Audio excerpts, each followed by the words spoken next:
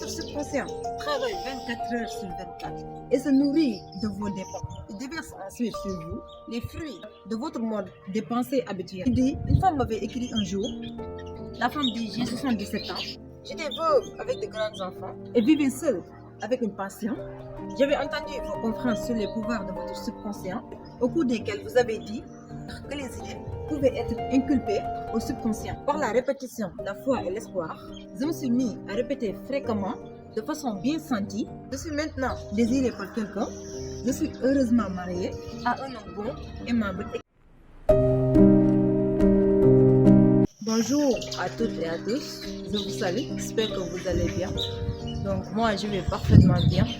Donc un jour, à la veille du Noël, une charmante étudiante du nom de Nina contemplait un sac de voyage fort beau, assez cher, dans la vitrine d'un magasin. Elle s'apprêtait à se rendre à Buffalo, dans l'état de New York, pour y passer les fêtes en famille. Elle allait se dire, je n'ai pas les moyens d'acheter ce sac, lorsqu'elle se souvient des lois de son subconscient. Et subitement, elle met un point final de cette déclaration négative. Aussitôt, elle se dit que ce sac est à moi, il est à vendre. Je l'accepte moralement et se dit, mon subconscient fait en sorte que je le reçois. Ça ressemble un peu drôle, mais sachez que votre subconscient entend les mots que vous lui direz.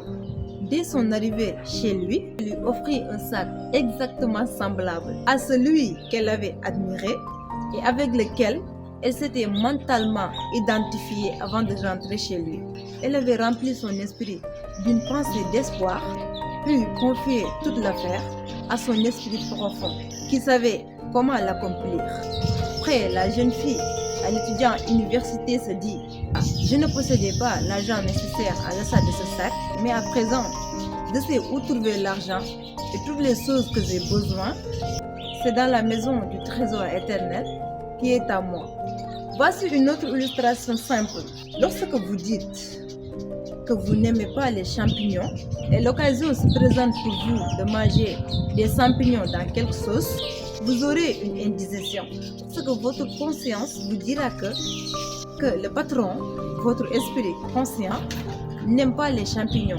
Cela est juste un exemple des différences entre votre esprit subconscient et votre esprit conscient, du mode de fonctionnement de chacun. Une femme ou un homme dira je m'éveille à 3 heures quand je bois du café le soir. Et à chaque fois qu'il boit du café, son subconscient la réveillera comme pour lui dire le patron veut que tu demeures éveillé le soir. Voyez son fonctionnement, c'est pour cela que vous devez la utiliser de la meilleure des façons. Votre subconscient travaille 24 heures sur 24 et se nourrit de vos dépenses. Il déverse ensuite sur vous les fruits de votre mode de pensée habituel. Comment réagit le subconscient? J'avais lu un livre qui parle de votre conscience et de votre subconscient. Il dit, une femme m'avait écrit un jour, la femme dit, j'ai 77 ans, j'étais veuve avec de grands enfants et vivais seule avec une pension. J'avais entendu vos conférences sur les pouvoirs de votre subconscient, au cours desquelles vous avez dit que les idées pouvaient être inculpées au subconscient. Par la répétition, la foi et l'espoir, je me suis mis à répéter fréquemment, de façon bien sentie. Je suis maintenant désirée par quelqu'un. Je suis heureusement mariée à un homme bon, aimable et qui s'intéresse aux choses de l'esprit. Je suis maintenant en sécurité et nous sommes à présent au voyage de noces en Europe. Je sais que l'intelligence de mon subconscient nous a unis dans l'ordre divin. Est-ce que vous avez compris l'histoire? Vous voyez la différence?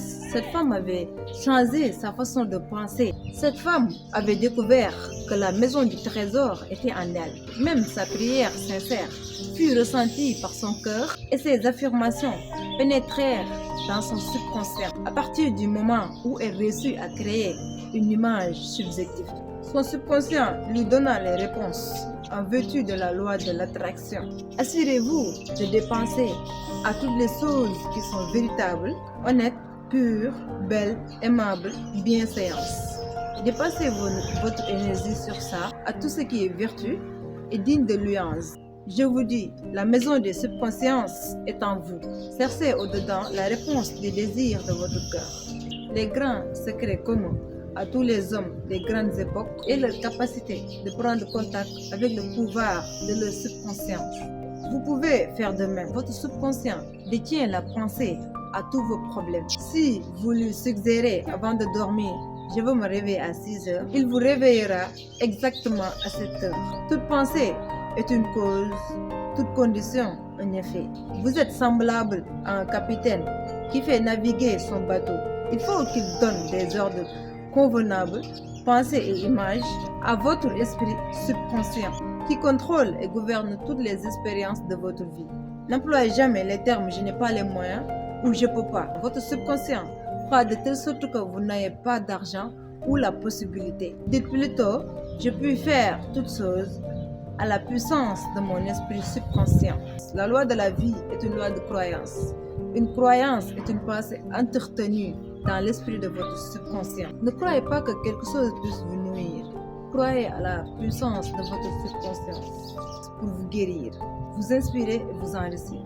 Changez votre pensée et vous changerez votre destin. Vous êtes le capitaine de votre âme, esprit subconscient et maître de votre destin. Rappelez-vous que vous avez le pouvoir de choisir.